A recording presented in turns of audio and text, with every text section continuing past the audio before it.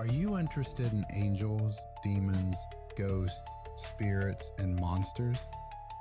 Are you curious about their origins, tales, and influence upon history and on the present day? If so, then sit back, relax, and welcome to Southern Demonology, the podcast that explores all of this and more.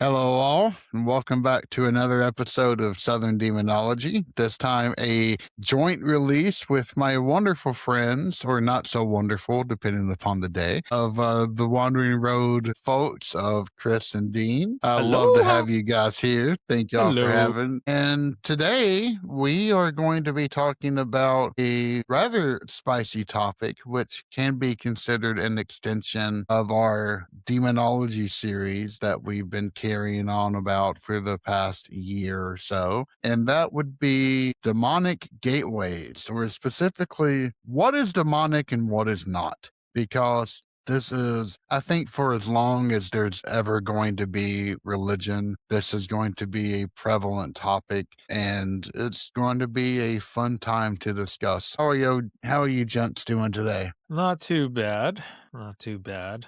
Just a little tired. The weather has been so up and down where I'm at. Like literally, it was in the mid 70s, and then it dropped to like 29, and it started snowing.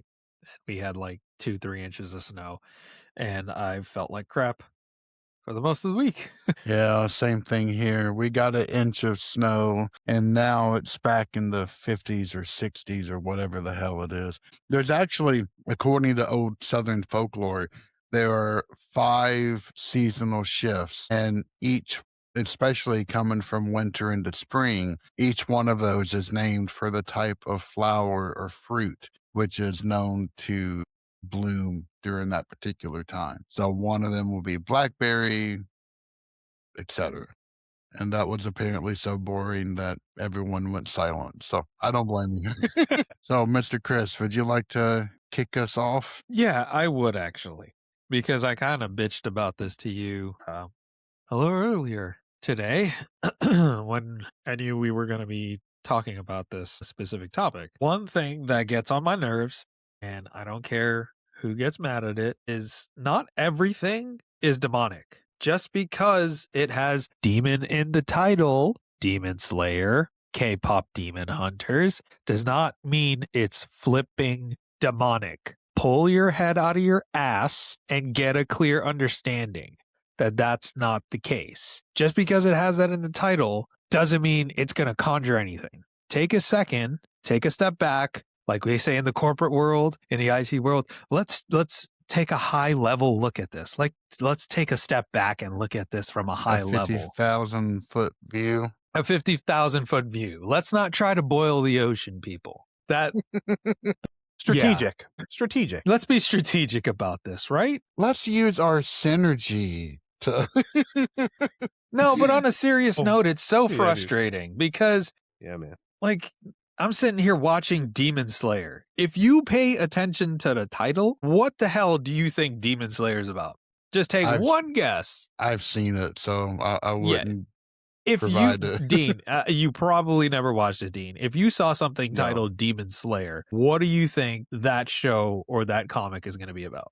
I mean, if I knew the title gives it away. Yeah, I mean, so like it's like what's that one like Death Note where I would think of like something like Death Note where there's like beasts and creatures and there's a hero and he's trying to like slay, take care of them. Yeah, and exactly. Yeah.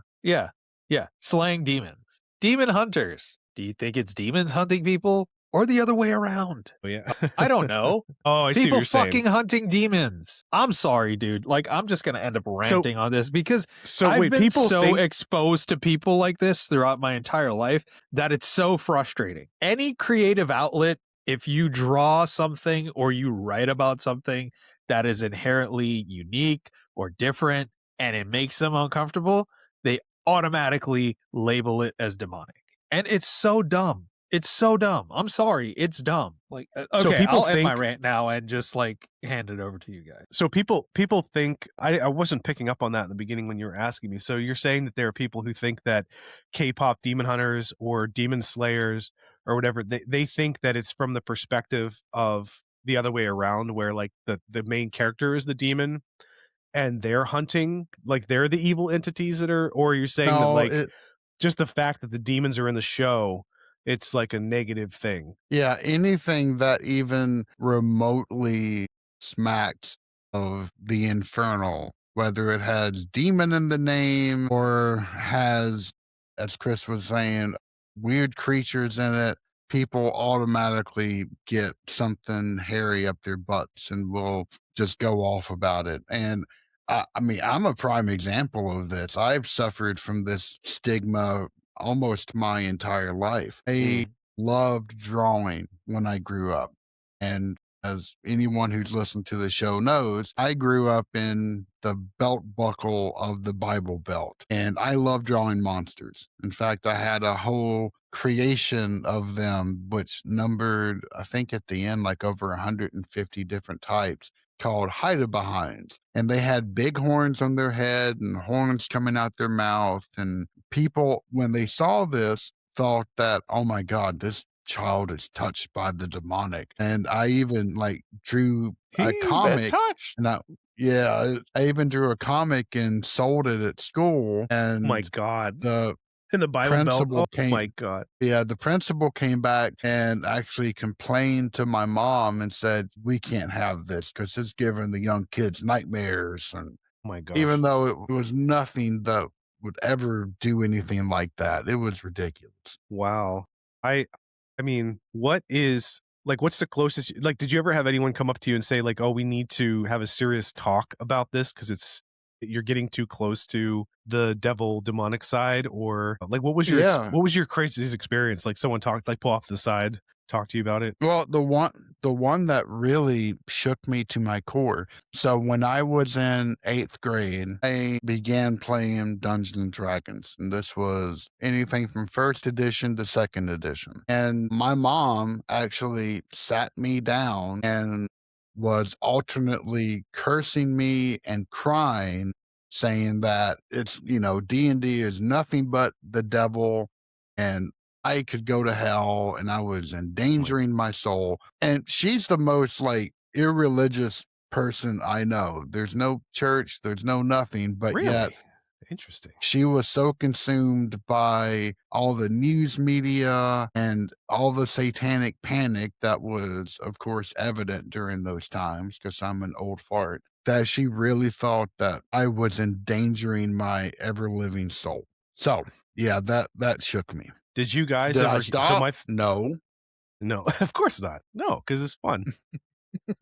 There's a movie. I'm sure everyone, like most people listening, are going to know what I'm talking about immediately. But if you haven't seen it, watch this older movie called Detroit Rock City. And I can't remember you know what I'm talking about.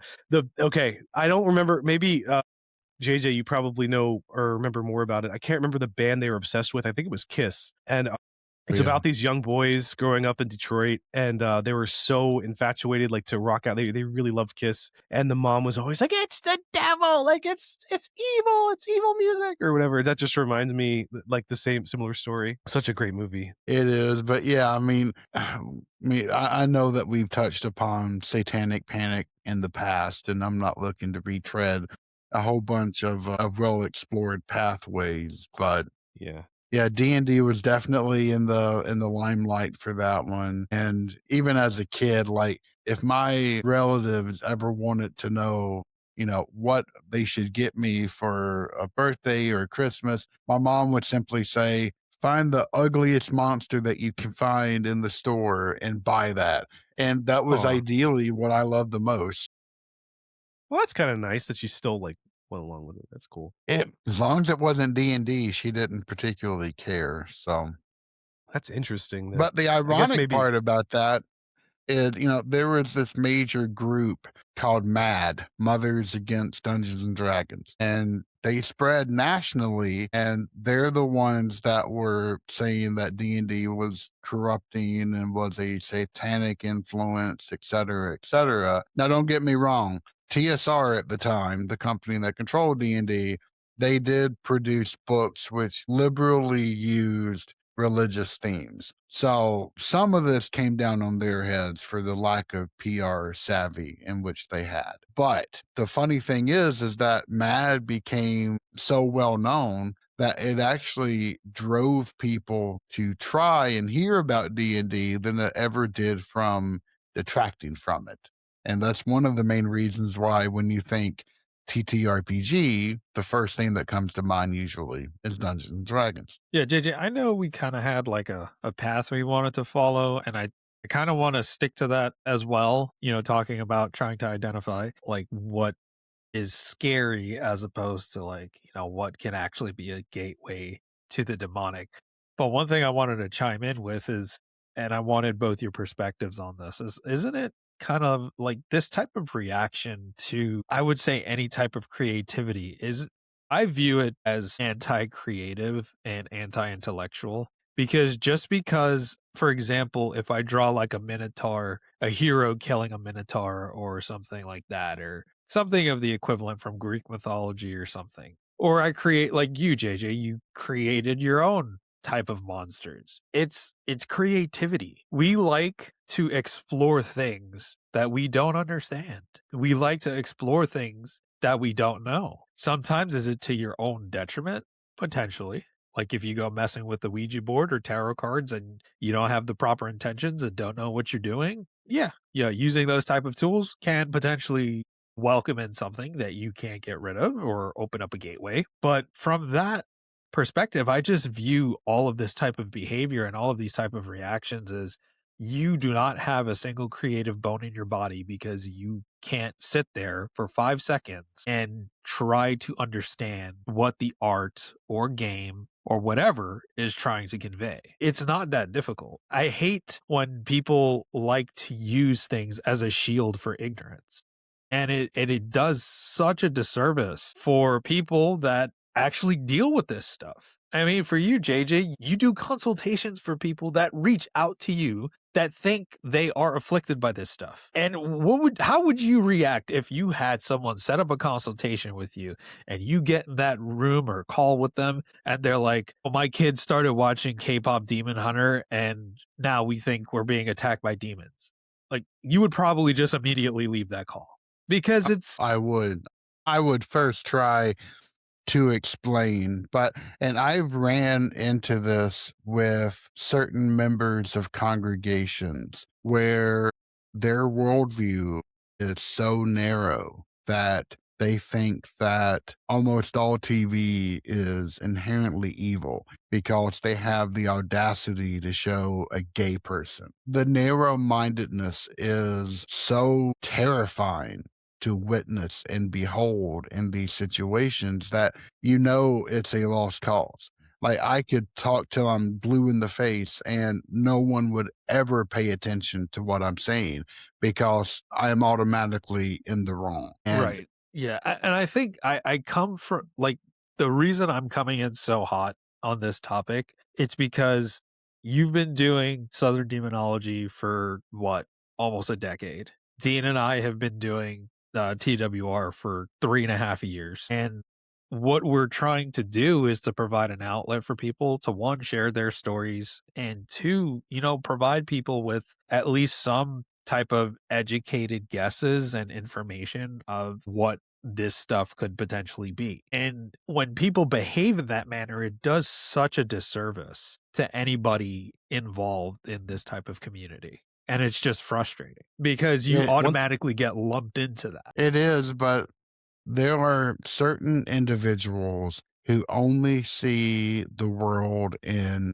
black and white, and there's never any gray whatsoever. And it's those, in fact, there's a psychological phenomenon which simply says, the more you don't know, the more impossible it becomes for you to realize how much you don't know. And if you apply that more liberally, and I think that this type of black and white worldview ultimately becomes a huge disservice to the individuals in which have it. But I think that goes to the broader question about the nature of existence, and it's like, what do you believe existence that as a human is more about? Is it more about the severity of life and the seriousness of it and the gravity of the pain and suffering that you have to kind of traverse and deflect through seeking out religious freedom or something or touching the divine rather? Or is it more about, like you said, JG, like broadening your perspective and understanding that people are not as different and the kindness side of it? And the thing that I jump off into going back into like like you said, Chris, the creativity and all that stuff, the stuff that's put out there. I think it's interesting that if you were to put like a biblical, like for someone who is like narrow-minded, if you were to put the biblical perspective on it, say, oh, it was Jesus fighting the demons in a show, or even if it's like, like, oh, the person fighting the demons is religiously sanctioned by God or Jesus, and like that's what they're doing. But even if you take that away, it's kind of silly, right? Because like in these shows or even in D&D or whatever, you're fighting evil spirits, like you're fighting evil monsters or entities or whatever, and that kind of seems like a positive, right? Like if you have people who are doing stuff in these shows or content who are trying to suppress or defeat evil spirits or demons, like that seems like it should be a positive good thing for someone who believes that narrow-mindedness. But like you guys said, just because it's a media thing, mainstream, it becomes negative. So that's where my brain goes with this. there is you know, there's a practical side to this as well. So, as Chris alluded to, I do hold consultations for people that think that they are besieged by something. And one of the first questions that always comes up is this demonic? And I have a set of criteria which helps to at least point in the right direction. I can't say that yes, it absolutely is. No, it absolutely is not.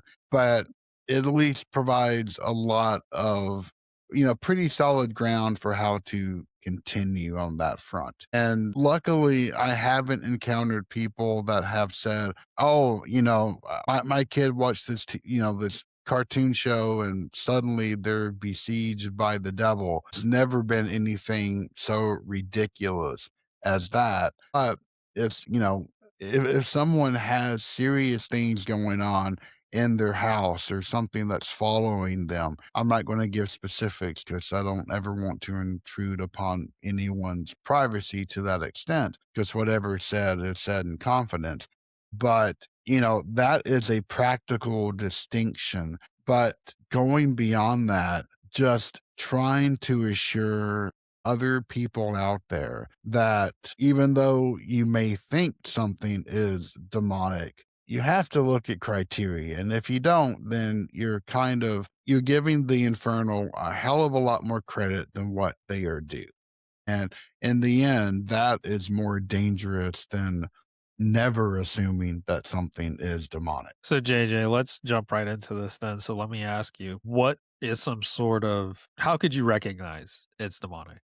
What are some telltale signs as opposed to something, that's like you wouldn't consider it to be the case? So if it's simple bumps in the night, that's probably not going to be demonic. Some of the things that really kind of tell that something has gone well beyond even the paranormal pale is, does it inspire dread? If it does that, then it doesn't necessarily mean, but it's a pretty good indication that you're dealing with something a lot darker than your run of the mill haunting. Does it react to religious artifacts? If it does, then that is an excellent sign that you're dealing with something more than a ghost. Those are two of the primary things that I look at. And one of the others is, does it follow? So if you move domiciles and the same thing happens, that could be a sign that it is a demonic or infernal entity rather than a simple haunting. Or does it happen outside of the home? If you're going to work, do you still feel something? Is it bothering you? That is a good indication. Does that make sense to y'all? Yeah, absolutely. I guess a follow-up question to that would be like switching back over to the people who are concerned about the media and the shows that maybe like their children are consuming or something like that. What I mean, this is the thing that's really difficult. So I feel like if you have an attraction from the demonic, and maybe even if it's like not pre-existing yet, like in the sense that it's making itself known to the point where it's a problem, but then it coincides with people who are starting to have children or something that are creeping into these shows, and then they're starting to experience more of this these potentially demonic experiences. How would you respond to somebody dealing with that? And the reason I bring up that question is because it seems like there could be any vector, and like for instance a doll, right? Like a doll that is seemingly benign, that should have no original, like if you were to guess there, oh, there's nothing demonic about this toy or this doll or something like that, but things start attaching to it, or people are suspecting there's an attachment. How would you respond to somebody where it's coinciding with like a show or something like that, where things are starting to happen more? Would you just say that it has nothing to do with it whatsoever, or would you maybe suggest like, oh, maybe the infatuation that somebody has with the demonic as they're watching these shows, could that be a potential vector? Because it's not the show itself, it's them aligning their awareness and kind of negative, like drawing the negativity to them, because they're so infatuated with the minutia of the demonic, or the idea of the demonic in like a show or a content or something like that. I mean, that is a fantastic question because I have had an interview with a individual who became very interested in sort of darker things because of Indiana Jones, believe it or not, Kalima, and that I knew kind you of were gonna say that. I knew you yeah. were gonna say that. It's an It's inter such a bad representation of it too. Of course it is. I mean, it has very little to nothing to do with the actual thing, but that's Yeah. Hollywood for you. I mean, it over exaggerates everything. But that is a really good point that it is that interest which can draw you in. And the more you give into that, then it can become a potential vector. As we said, there are at least three different stages to demonic possession. And it first starts off with obsession. And that's just a purely mental thing. But the less your spiritual house is in order, the more openings that you were giving to the infernal to come into your life. And if you're if you started watching Evil, for example, and you became truly interested in demonic sigils and began researching them and, seeing how valid they may be, etc., that could very well become a vector. But that interest alone is not going to expose you. Now, if you're doing a ton of other bad stuff in your life and you combine that with this infatuation, maybe, or let's say that you start associating with an individual who absolutely does not have their shit in order, then yeah, you could be opening yourself via another individual. I can always rely upon the business shorthand of emails of thoughts. I feel like I'm talking too much. I'm leaving some Yeah. room for Chris to. So based off of that example that you just gave, JJ, well, not example, but kind of like that point you just made. So where would we draw the line between being open to it and reckless experimentation? We should say, like, for example, I love horror movies. We all love horror movies here. Dean, I don't know if you like horror movies. Do you? Yeah, I love feel like 'em, I yeah. had never asked you this directly. I used to watch them all the time, and the only reason I kind of drew back is just because I've been so busy. I haven't even been watching any movies really. But yeah, I like Yeah. horror. Plus, you I was have about little to kids too, so it's like you can't really. You have to wait strategically. Yeah. I was about to say, if you don't like horror movies, get on out because we don't need your kind around here. No, man. I let me tell you something. So like I've watched horror movies so much, even from a young age. Like I love going all the way back to Tales from the Crypt when I would lay on the floor and my parents would watch it or something, and I was told to like look away at the scariest parts, but I would still peek. Or I would go out to the movie rental place with my best friend and sleepovers. We'd always rent at least one horror movie, and I'll tell you one that like messed me up was Doctor Giggles. That is a super old, corny, cheesy horror movie.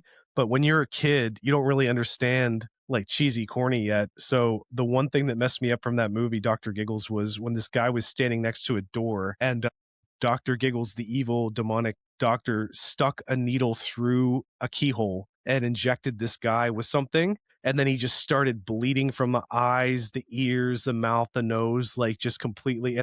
And he just died. And I thought for so many years after that that it was possible that you could be injected with something that would cause that to happen. Of course, there's no such thing. But yeah, just going back to the whole comment about Hollywood, like just completely running with something crazy. But yeah, that's just my little horror movie side story from youth No, that messed that's me a up. great point because I remember the very first horror movie I ever saw, we saw in theaters, and it was Monster in the Closet. Have y'all Oh ever ran across yes, this gem? yes. My God. And of course, I mean, it is the most, horror comedy kind of thing that could ever be devised. But 6-year-old me had no idea what corny or cheesy or horror comedy ever would. And it scared the absolute bejesus out of me. God. But I loved it and I kept coming back to horror every single time I could. And that persisted all the way up till today. Kind of reminds me of Gremlins. Remember, like Gremlins was supposed to be like they started out making Gremlins as a horror, and then if you go back and you watch the interviews of the people who were directing it or whatever, and putting the movie together, they're like, this is a comedy. Like this is, and then they just really ran with the comedy aspect. And so like if you're watching it as a kid, of course it's going to terrify. You're not going to pick up on the comedy, but then you watch it again as an adult, and you're like, wow, this is really funny. Actually, at that point, I saw Gremlins in theaters. Yes, I am that old, Good and grief. I I even as a kid, I knew that was comedy. Yeah, There's a yeah. couple of scenes in there, it was a little rough, but it was a good time, and, of course, Gremlins 2 took the comedy thing to the absolutely inane extreme. Jack Little Frost. Monsters was my favorite Oh yeah, Little from What? Monsters. the '80s. Little Monsters. Y'all ever seen that? Yeah. The Nickelodeon show? Yeah, yeah. No, no, no, no. It was an actual movie. Howie Mandel was like the monster under the bed, and he was blue. Yeah, okay. Yeah, and there was like that big other one that they had to like kill with the flashlights apparently, or like UV lights or something. Yeah, Interesting. yeah, I enjoyed that one. I But like I like Monster Squad, it was a good one. I don't think I've Fred ever That was a seen good that. one. Fred Yeah, that was Savage a good when one. he was a little Mhm. kid. Yep. But but back to the point I was making, or the question I was asking you, JJ. It's like, where do we draw the line here? Because someone that loves horror movies and always like me, I love horror movies, but I have a specific subcategory that I enjoy watching, which is demonic possession. And the reason for that is because of The Exorcist. That was the first horror movie I watched as a kid. Watched it on VHS, scared the ever living hell out of me. That's a high bar you set for yourself there, buddy. Yeah, I've always been chasing that high ever since, and no other movie has ever done it for me. Have you Thankfully, last year seen was it last year? Yeah, last year I got to meet Linda Blair, which was freaking awesome. But I Yeah. was so jealous seeing that photo. But have you seen The Exorcist, the version you've never seen? That's actually the official tagline of it. yeah, I have the VHS of it. Okay. Yeah, that I remember watching that in college and oh, it was so good. Yeah, but my question is like for someone like me that enjoys that stuff, like I've always watched that. I prefer to watch movies involving demonic possession, probably because of The Exorcist and it was done so well. Does that quote unquote open me up, like puts me in the danger zone to attract this stuff to me? Or can we use some like where can we draw the line there? Common sense is where you can draw the line. Thank you. I would put it this way.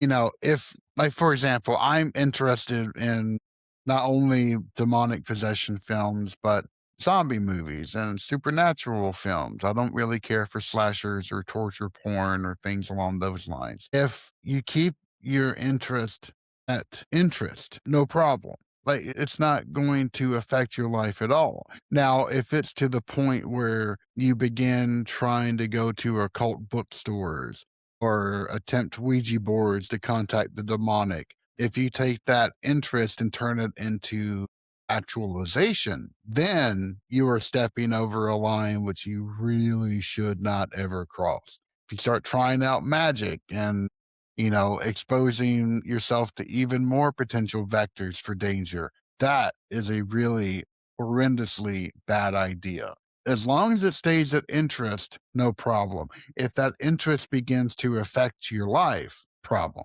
And of course, there's a lot of gray area in that. I'm not going to, sit here and say, "Oh, this covers everything for everybody." There's no way it can be as simple as that.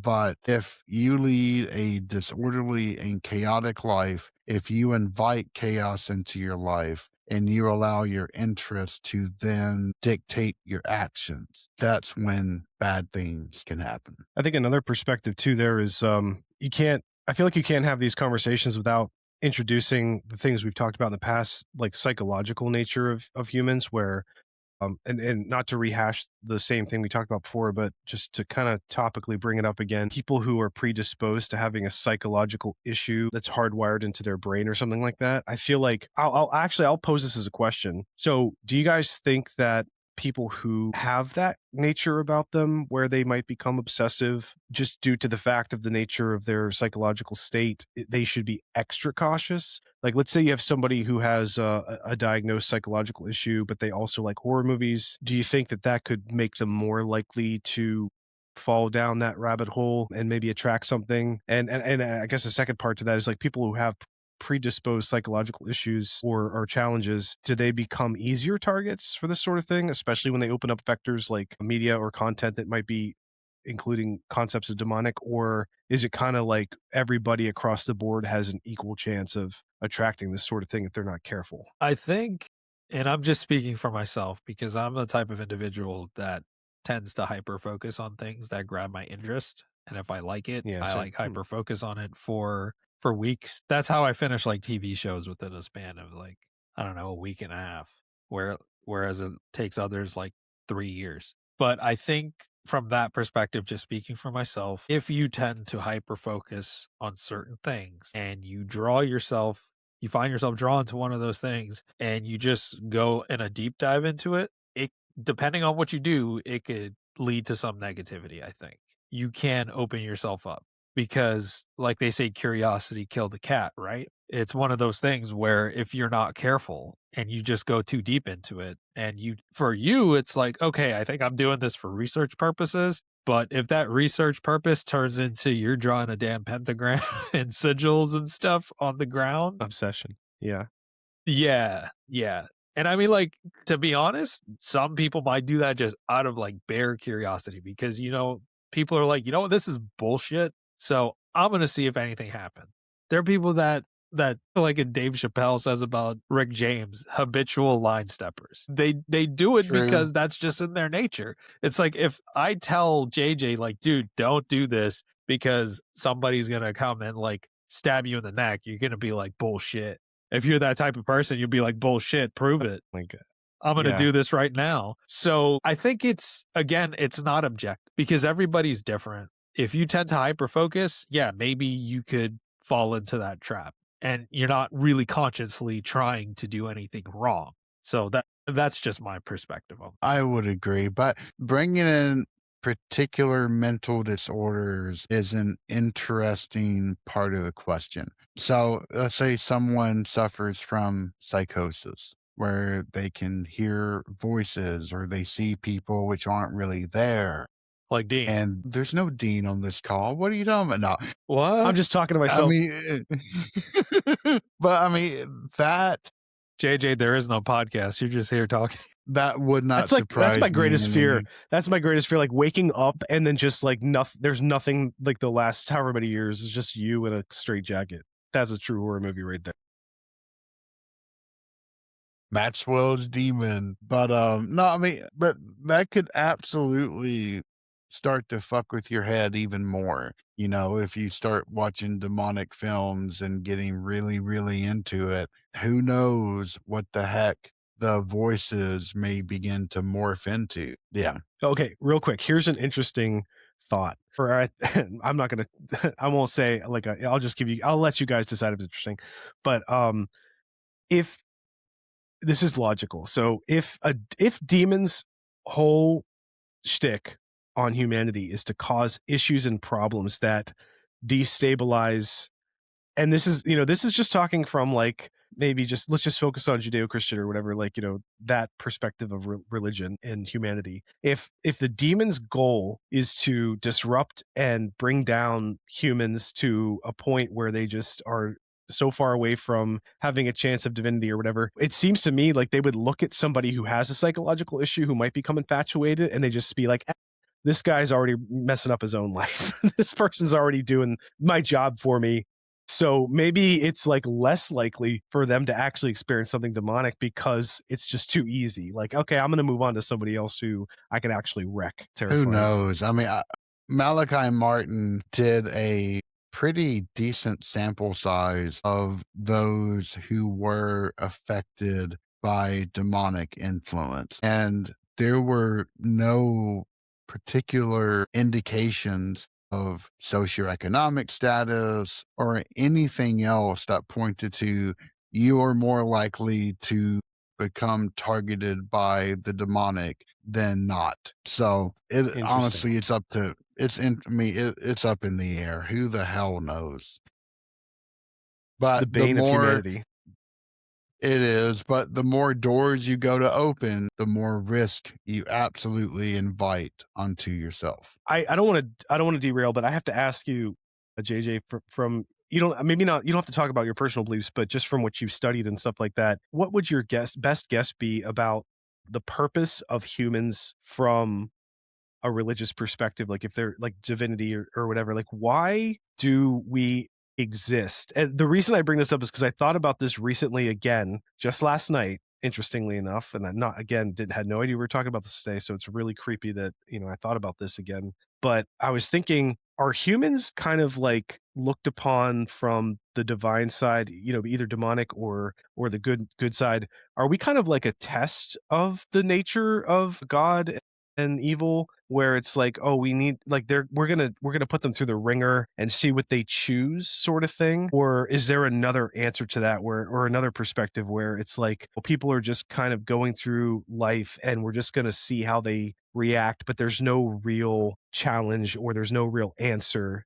to choice for them to come to like the good side or the bad side? Because I feel like I know that's a really high level question, but from what you've studied, like what is the purpose of the nature of humankind when it comes to choice of good and evil, or another perspective? Well, I mean, if you look at me, it is a very high level question, but it's a good one. High level. If you look at it from a Christian perspective, then it's because God loves us and because God is existing at all times and all places, then there's no history. It's just always omnipresent for God. So creation, it doesn't matter when creation happened, he knows what humanity is. And then if you look at the opposite side, it's that Satan or the devil or the infernal, whatever you want to call it, is here to corrupt and putrefy us before God in order to cause him pain. And if you look at Zoroastrianism, which we gathered a lot of stuff from, then Ahura Mazda created humanity, but then Ahriman, the arch enemy, said that it will make your creatures hate you. So it's always that kind of core idea of corruption. Yeah, I think the reason why that gives me even more pause and fear is because it's like the best way to put it is like we're damned if we do, damned if we don't, in a sense, because it seems like when you go back to the concept of like the Garden of Eden, where we took a bite of the forbidden fruit, and then we got the knowledge of good and evil. It almost seems to me, in a logical sense, that something that we consider evil, like Satan or Ahura Mazda or whatever, like we are given the knowledge of the bad things that are out there that we otherwise shouldn't be aware of, and we should just be there loving God. And then that goes in the same vein of people who are, say, like Christians, ultra Christian people who believe that our whole goal is to get to heaven and worship God for eternity at his feet. And that is a scary concept to me, because if you introduce the concept that I know I'm going to get this wrong, so Chris, please jump in with your history knowledge, but there's a religion, I can't remember if it's Greek or whatever, but whoever brought the fire for man was punished, right? Prometheus. And who was that? Prometheus, yeah. Prometheus So in Greek mythology. And that's similar, right? Because it's like we were given this knowledge of awareness of all depths up and down, or like, heights and depths of knowledge, and we weren't supposed to have that. But that also makes us who we are as individuals when we're going through this life. So it's almost like, it seems like the answer, if you do subscribe to, say, Christianity in the most like significant way, that you'd have to give that up. You'd have to give up that awareness and knowledge just to purely hold on to the good and closeness to a divine deity or God or something like that. So going back to the demonic, it's almost like we're testing ourselves and our exposure to this sort of thing. But at the end, if we want to achieve this goodness within the context of like Christianity or something, we would have to give all of that up. And then in that way, we wouldn't really be ourselves. And so it's almost like there's a tearing of the self in order to reach out to the divine. And I'm not, and just to clarify, I'm not saying this is what the nature of reality is. This is just a perspective that is, if you're applying logical progression within the context of like Christianity or something. And that's the scariest part about what for me. Anyway, it's not.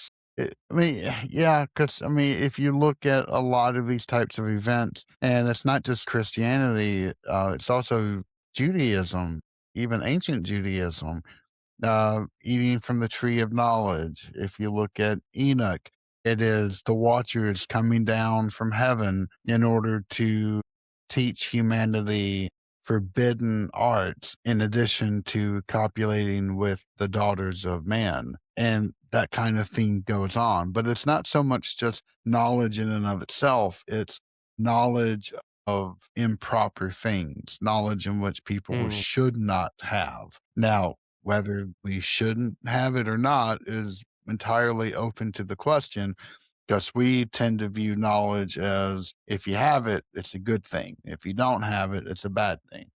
Exactly. Yeah. Well, I think that we have. Oh, go ahead, Chris. But Dane, you brought up an interesting point. Well, with the whole concept of exposure to knowledge and all that stuff. And what I was thinking, this kind of just came to mind. When you're born as a baby, don't you kind of go back into that state? Because you're not born with any knowledge. You're not born with anything. Yeah, so you're kind of just thrust into the world. Yeah, in a way. Yeah. Yeah, even if like you're exposed to certain things, you don't wholesale stick to them. And if you don't mind, I'll use you as an example, right? You were born and you were in an environment where at one point you were deep into your faith. I remember when I first met you, that was the case. And then you kind of just, through your own discernment, you just broke off on your own and started asking questions and started doing this and different things, that's, that just quickly came to mind. Like, it's funny that you just jumped like 400 years in philosophy right there. Because, I mean, that was a major open question during the Middle Ages from Descartes onward. Are people tabula rasa, blank slates, or are we born with certain innate knowledge, whether that's a priori or a posteriori, in how we are shaped and then view the world? Yeah, because I actually was literally talking about this with Willie maybe like a week ago. He asked me this question of, do you think people are born inherently good or inherently evil? And I think and my argument was it's subjective, that everyone's born with a blank slate, and then you become the product of your environment. And there are rare instances in which you don't become that. You become the opposite of it. So JJ, you in another parallel world, you could have been like this, like Bible Belt priest that hates Dungeons and Dragons and all this other stuff, as opposed to the way that you are now. So, Jay, you do I want to revisit what Chris said about, because I feel like you. what I think JJ it's. gooning to femboys. I want to deep dive on a whole episode of that. But we should do a whole episode of like human proclivities that just shape. Like I think that would be a dark episode. You probably have to cut the whole It thing. actually would be, because I mean, I see, like, especially for Japanese SNS, there are so many people that are obsessed by Japanese women who have armpit hair, or Yes. or people that are just obsessed with feet. I don't get it. Yeah. I'm like, Yeah. what the fuck? Anyway, but that JJ would likes be a fun finders. topic. Hooves. I do like hooves. Why do you think I like goats so much? Oh, you'll have so much editing to do. But Dean, your question, go ahead. Okay. I want to switching back to the topic of the demonic and inviting that sort of thing in. I want to share this because I feel like it's kind of rare in this life to have somebody experiencing and willing to talk about a transition from maybe benign religion exposure, where you grow up Christian, but you kind of don't really get it. And then you really dive into it and you really go deep into it and you completely take it in as your life, and then you come out of it again. And the reason I want to talk about this really briefly is to give the perspective of how I felt at the time. And because I remember very vividly how I felt was very wrong giving it up. It felt very dark and it was very frightening. And I still actually, creepily enough, I still know exactly where I was on the campus that Chris and I went to together, where I kind of switched my brain in a different direction. And that moment is forever ingrained in my brain because it felt dark and sunny at the same time. That was a very, very unique experience for me. But so I grew up Christian. I grew up Catholic, where my grandparents were ultra Catholic. That was the only answer, etc. And I went to a lot of Catholic masses. And I even went myself when I first started driving. I would go to Catholic mass by myself, and I would, go and I would just be there. And, my parents weren't really about going to church anymore. So I'm like, I'm going to keep going. And then I kind of just slowly petered away from that a little bit. And then when I got to college, I revisited Christianity by going to Bible studies and stuff like that. And I really got into closely with a group of people who were very, I would say almost like the type of people who their entire lives are waking up, the Bible, Christian music, don't consume anything else, that type of life. And so my mentality and my thought pattern at the time was, well, I grew up Christian, I grew up Catholic, I believe in it. And therefore, if that's the nature of existence for me, I should really lean into it. So I really leaned into it. I did the Bible reading every day. I listened to Christian music all the time. I prayed over my food, like all that stuff. And it felt really difficult and it felt wrong, but it felt like I attributed that to like the reason it felt wrong was because the devil or something was trying to keep me away from going down that path. And I actually had a lot of weird experiences during that time where I'll just give you one quick one. I wanted to listen to mainstream music in my car, and suddenly the car radio switched from the mainstream radio to a Christian radio station without me touching it. And that really freaked me out. That really deeply disturbed me in the sense that like, oh, I'm really getting close to the nature of this and stuff. So experiences like that drove me deeper and deeper. But, and I've said this before on our Wandering Road podcast, the thing, interestingly and hilariously enough, what kind of pushed me away from that ultra focus on Christianity was going to a Catholic university where we had to take different religion courses. So I learned about Judaism, I learned about Hinduism, Islam, and all the animalism or whatever, like going all the way back thousands of years of human history. And even all the way back to like, when we first, humans first started coming up with the concept of God and the devil with, so stuff like Zoroastrianism. And so when I got exposed to that, I'm like, wait a minute, I have friends from other countries that I really like. And they have different religious perspectives and they're so kind and they lean into their religion, but it's night and day to Christianity. So I'm like, why am I devoting time and energy into this when I think that there is different pathways or different perspectives? So when I made that strategic decision to break off and stop doing that ultra Christian focus, I felt like I was getting dragged back into a negativity. So I don't even know what that was. And because now like for the last, 20 years since that happened, or 15 years since that happened, I feel great. Like I've had so much positive, good things happen in my life, blessings of, healthy children and good job and a home and all this stuff, living in Hawaii. And it's confusing because the gravity of what I experienced diving deep into Christianity was in a way like a good feeling, a heavy feeling. But when I got away from it, I still had a good experience with life. So the reason I bring that up is because I could almost say that like I feel like I opened myself up to something negative and possibly even attracting attention to demonic when I started to pull away from Christianity. But now that I feel firmly rooted into kind of like a worldview where there's no cap on what religions could be true or false or whatever in the nature of existence, I feel much more free and happy than I did when I was diving into Christianity. So I don't know where that's going to go from here with conversation wise. I'm sure you guys have thoughts and stuff, but I'll just pause there and get your perspectives on that experience. I feel like I puzzled. I derailed the episode. I'm sorry. I spoke No, everybody. no. You did not. That is a very valid point because I too went through something like that. When I was in eighth grade, I got the chance to go on a missionary trip to the far flung country of Detroit, Michigan.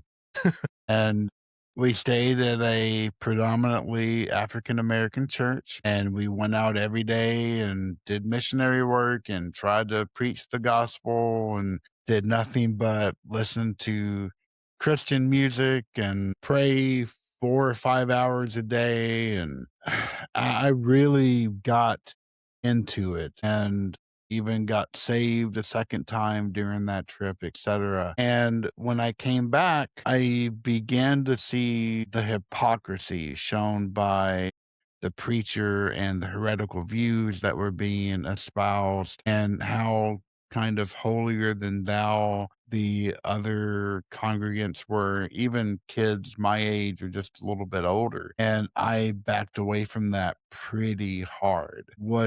But I don't think that was a sign of opening yourself. It's just the more knowledge that you have, the less, I don't really know where I'm going with this.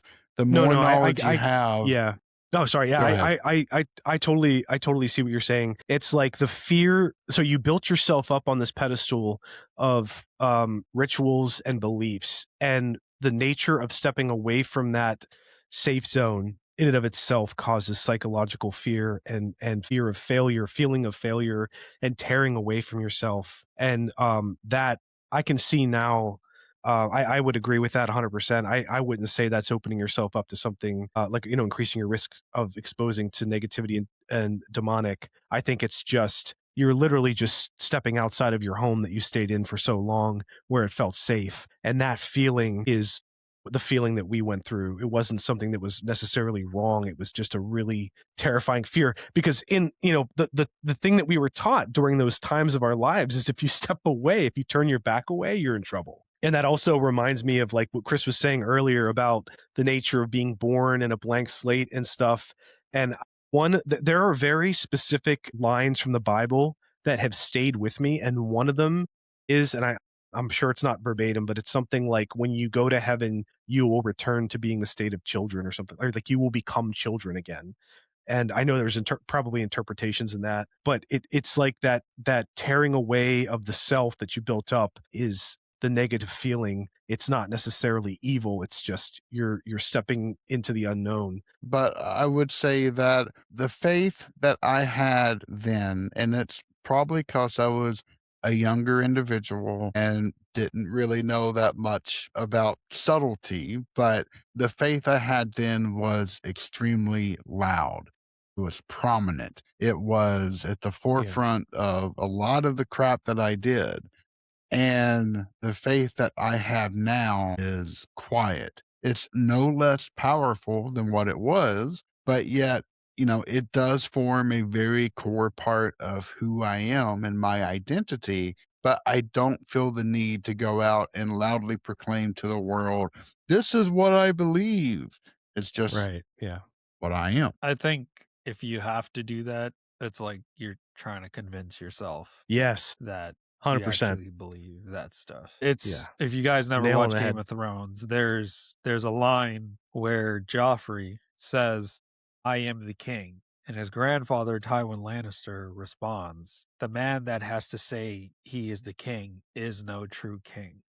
It's on Yeah. the lines of who are you trying to convince? Because your Exactly. actions will determine what you believe and what you really think you are. And Yeah. since Dean, you mentioned like there was a part of the Bible that that stuck with you. The one that sticks with me, and I attribute it to a lot of people that I see on social media and stuff. It's it's I think it's in, correct me if I'm wrong, JJ. It might be in Revelation, it might not be, but it says Christ comes back, and then the people that go to him and they say, "Did I not worship in your name? Did I not do this for you?" And he like turns away from them. He like I never knew tosses you. them away. He's like, I don't know you because you never did that Yep. for me. You did it for yourself. You did it for Exactly. performative reasons. You did it like these preachers do that they have these millions of dollars and they're going to ask for donations. So you could buy a Rolls Royce? Like, come on. Christ demands that I travel in a private jet. Man. Yeah. Like that dipshit that was asking to see people's tax returns. I'm like, what the hell's wrong with you? And I have a gripe with the Catholic Church with the amount of fucking wealth that they have. You 10%. talking about God. you're talking about like giving to the poor and stuff? Motherfucker, you could inflate the world economy if you wanted to with how much gold and treasures that you have. Do that. You got that right. I Cure mean, world how hunger. yeah, and I mean, just talking about tax returns, shit. If you I mean, that's not true. That's not just true for televangelists. It's true for a lot of Catholic congregations, especially if they happen to run a school in which your kids go to. You're required to prove what your income is, match whatever the minimum requirement is, and so that your kids can go there. And it's ridiculous. Yeah, it's the world is full of hypocrisy, Accurate. But I guess to tie it back in, I think to the topic that we're talking about today, how interestingly enough, the three of us, based off of our upbringing, kind of broke out of our shells. And we're now in this mindset of, I know what I believe. I don't have to prove it to you. So to pull it back to the, things being demonic and stuff like that, just because you came out of your shell, you started exploring things a little bit, you were curious and a little bit analytical, you wanted to do some research.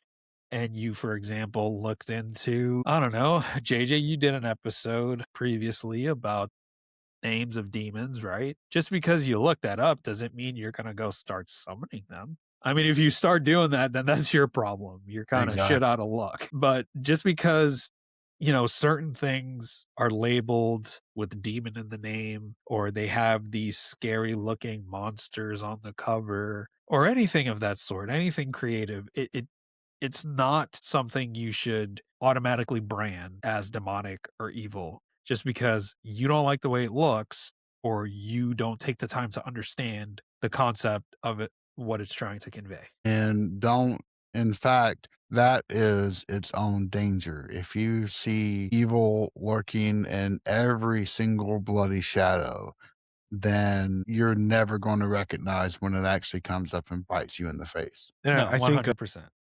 yeah, an additional perspective and kind of touching back on the psychological conversation we had earlier, I feel like by nature of humans, we want to face the things that will hurt us or kill us the most, or some, a lot of people do, not everybody, but there's a tendency to want to do that. And it's in the same vein as like whenever someone is, I just saw a video recently of someone talking about how they had throat cancer. And she was talking about how when she told people she had throat cancer, all the things they would list off about the things they thought caused it. for her. It's like, oh, do you smoke? Nope, don't smoke. Well, maybe it was your makeup. Well, no, it's not make, whatever. She's going down the list, right? And then really like her perspective on that was, well, really what they're doing is they're asking you the things, they're running things across you to find out what caused your cancer so they themselves can check and see the things they do if that's going to cause cancer for their throat. And so that kind of goes back to the idea of visiting the demonic or even just religion in general, the curiosity.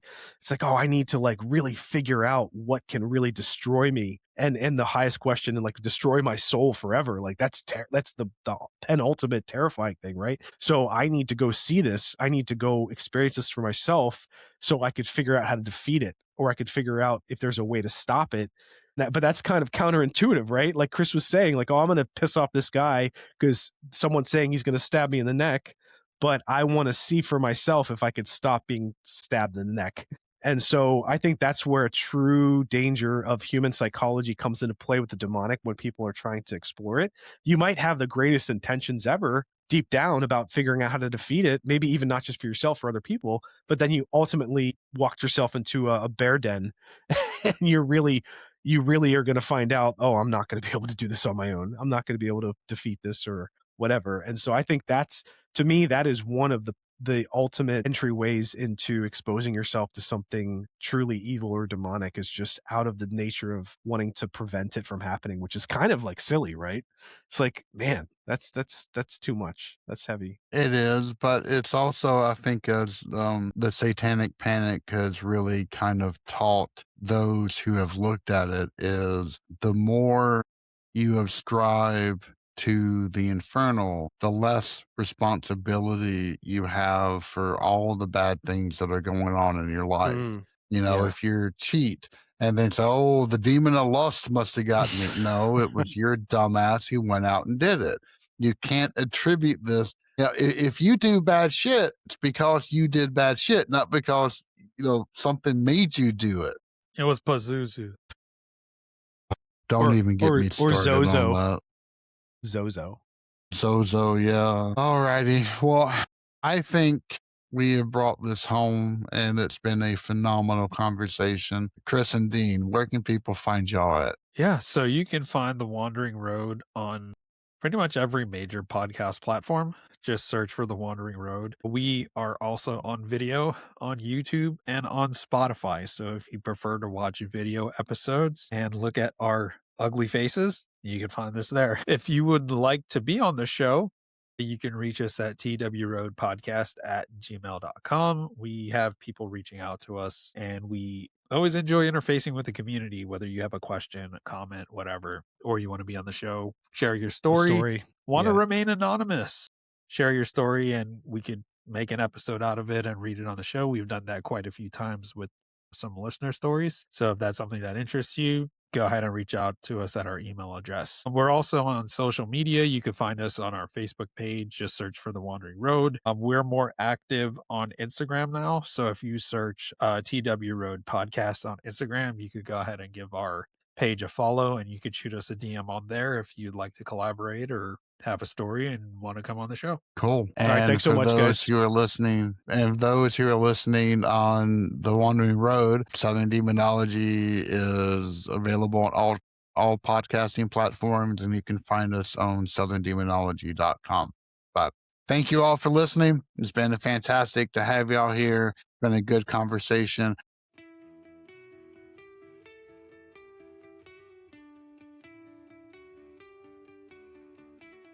Thank you for listening to Southern Demonology. Find us online at southerndemonology.com, where you can find all of our social links, including YouTube, TikTok, and Patreon, in addition to listen to episodes and read their transcripts. Also, if you have a moment, please rate this podcast and share it with friends, as nothing can help us grow more.